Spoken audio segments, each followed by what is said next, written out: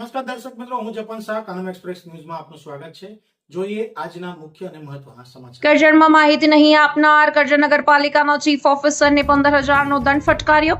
કરજણ નગરપાલિકા વિસ્તારમાં પીવાના પાણીની ટાંકી ખાનગી માલિકીની જગ્યામાં બનાવી લાખો રૂપિયાનો ભ્રષ્ટાચાર કરતા તેના ચીફ ઓફિસર પાસે આરટીઆઈથી માહિતી માંગી હતી, છતાં સમય મર્યાદામાં માહિતી નહીં આપતા રાજ્ય માહિતી કમિશનર ગાંધીનગર દ્વારા ચીફ ઓફિસરને 15,000નો દંડ ફટકારતા નગરમાં ચર્ચાનો વિષય બન્યો છે।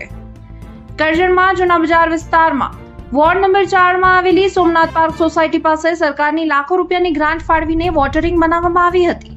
આ ટાંકીનો સંપ અને પંપ સેટ તૈયાર થઈ ગયેલ હોવા છતાં નગરજનોને આ ટાંકીમાંથી પીવાના પાણીનો લાભ નહીં મળતા શું રંધાઈ રહ્યું હોવાની રહસ્યમાં ચર્ચા ચાલી રહી છે।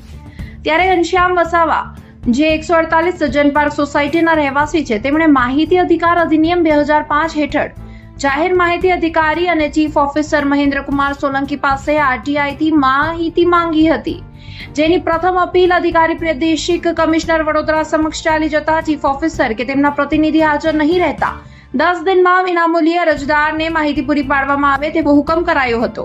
તે હુકુમને પણ ઘોડીને પી જતા અરજદાર દ્વારા લાખો રૂપિયાની ગ્રાન્ટ ખાનગી માલિકીની જમીનમાં વાપરી ભ્રષ્ટાચાર કરનાર પાલિકાના અધિકારીઓ તેમજ ચૂંટાયેલા પ્રતિનિધિઓ વિરુદ્ધ કાયદાકીય કાર્યવાહી કરવા માટે માહિતી આયોગ્યમાં આપવામાં આવી હતી અને અપીલ કરવામાં આવી હતી।